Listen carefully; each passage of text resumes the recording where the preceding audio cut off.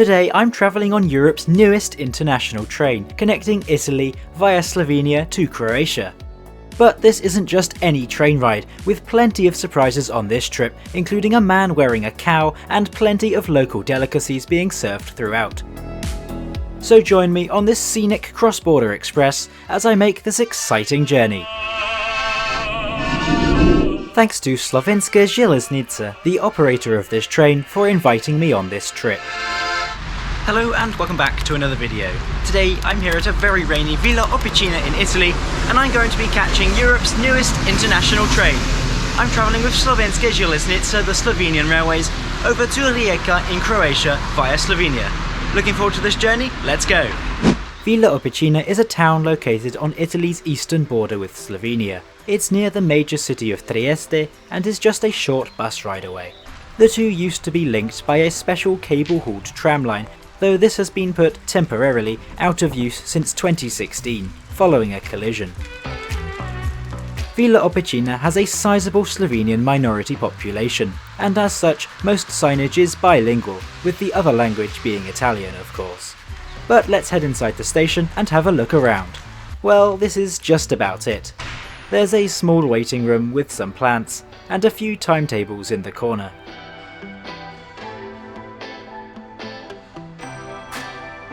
Vending machines selling hot drinks as well as snacks can also be found next to the door to access the platforms.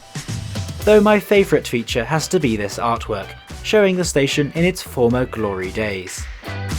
Anyway, heading through to a very busy platform, we're met with the train's launch event, as this was the very first service along this route. There was even a little table with croissants and coffee to welcome the first passengers of this new service. International train services in this part of the world have long been lacking, thanks to a lack of investment. This is a really big shame, as all of these countries have open borders thanks to the Schengen Agreement, so it really shouldn't be that difficult. But that all changes today, the 24th of April 2024. With this service linking Villa Opicina in Italy with the interchange station of Pivka in Slovenia and down to the major port city of Rijeka in Croatia. The train for this journey is a flashy new Stadler FLIRT unit delivered to Slovenske Železnice, the national operator of Slovenia, in 2021.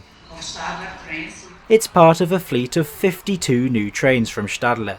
Some of these are double-deck commuter trains, with another batch built for small lines without electrification. Time to get on board. There's a lot to see on today's journey, both outside the train and on board, so I'm really looking forward to it. Like with most Stadler units, this train has a sliding step to aid boarding. Seat reservations are not offered on this route, or on any Slovenian train in fact, so I was free to choose any seat upon boarding. Today's route will see us heading east, crossing the border to Slovenia and running across valleys to Pivka, where we reverse and head down to Rijeka in Croatia. Journey time is scheduled to be 2 hours and 4 minutes, covering 96 kilometres or about 60 miles. And we're off. We depart on time at 07:50.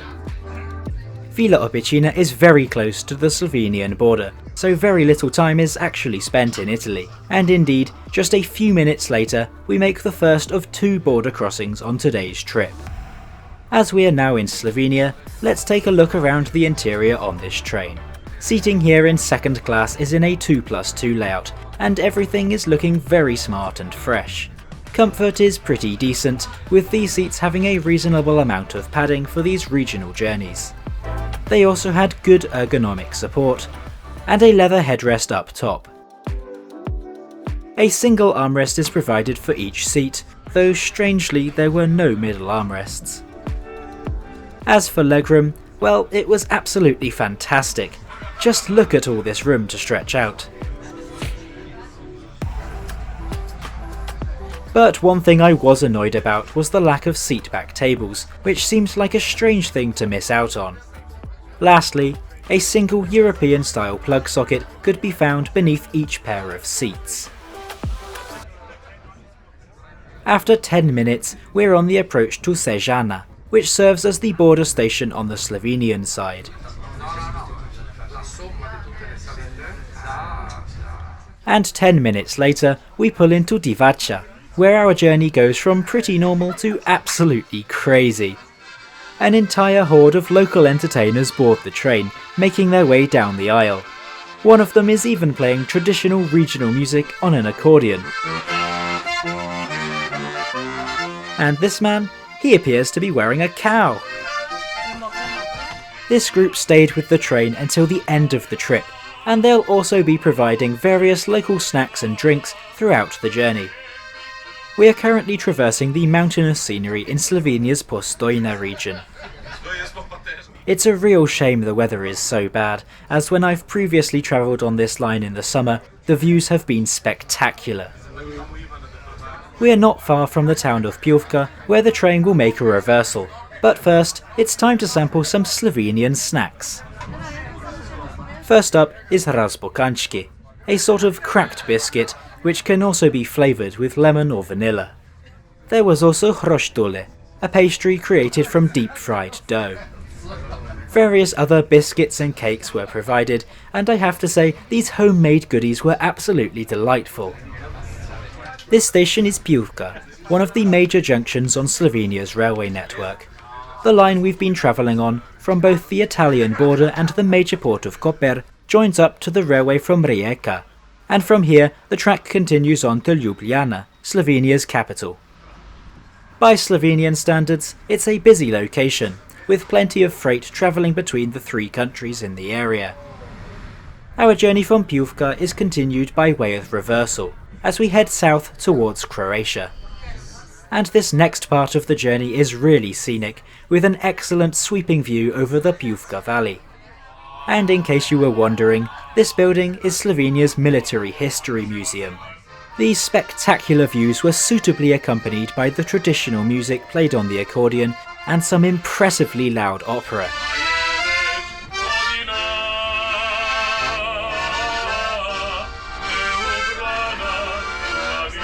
"15 minutes later, we pull into Ilirska Bistrica. Ilirska Bistrica was historically a border station for Croatia, and until Croatia joined the Schengen area at the beginning of 2023, border controls would have been in place here. Nowadays, the station plays a more simple role, being host to a few of Slovenia's retro trains that were replaced by the modern Stadler unit I'm on now.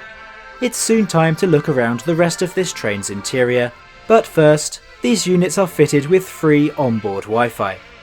This was easy to connect to and offered reasonable speeds for browsing. The far end of Coach 1 features first class.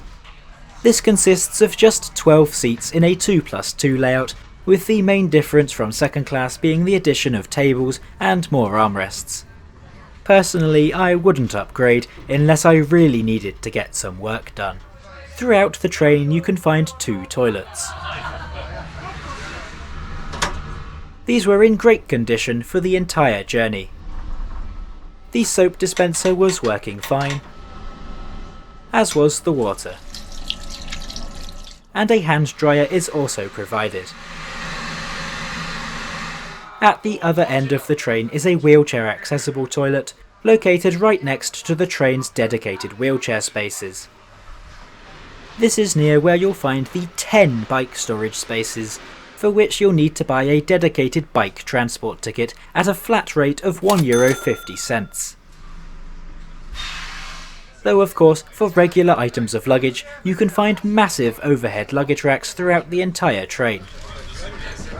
Attached to these are sliding coat hooks, one for each seat. Up next is Šabljane, the station that marks our entry to Croatia. As Croatia uses a different electrification voltage to Slovenia, the classic hauled trains must perform a loco swap procedure here, adding 15 minutes to the journey time. However, these modern Stadler units stop for just a couple minutes while the onboard systems adjust to the new voltage. At this point, even more snacks were offered, which were also very nice, despite the fact I was feeling pretty full. This was then followed by a lovely lady offering me a shot. I was hesitant to accept this as it was so early, yes, please, but decided to have one anyway. Though it seems I'm not quite tough enough to handle this typical Balkan drink.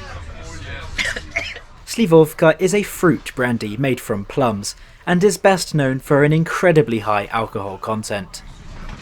I also got a really cool branded bag, which featured some merch to commemorate today's special trip.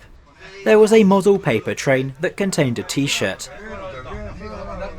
a multifunctional headcloth, a lanyard, and a pen, which featured a moving train inside. The festivities begin to draw to a close as we make a descent into the coastal port city of Rijeka. So let's talk about how much this trip costs. A regular one-way ticket for this route is €8, which I think is great value for money on an international route like this one. As the large ship-loading cranes of Rijeka's port come into view, it's a sign this journey is nearly over. As a port, Rijeka also sees a lot of freight traffic on its railways, being connected to the rest of Croatia to its east, and both Slovenia and Italy via the line we've just arrived on. The station also sees a couple of international sleeper trains in the summer season, and a limited passenger service to domestic destinations. We arrive into Rijeka station just 2 minutes late, at 09:56. Overall, I think it's great to see these poorly connected areas finally getting a better service, and I hope this once-a-day route is just the beginning of this. I also really appreciated the entertainment and local snacks, though of course this won't be on every train unfortunately. Thanks once again to Slovenske Železnice for inviting me on this trip, and as always, let me know in the comments what you thought of Europe's newest international train.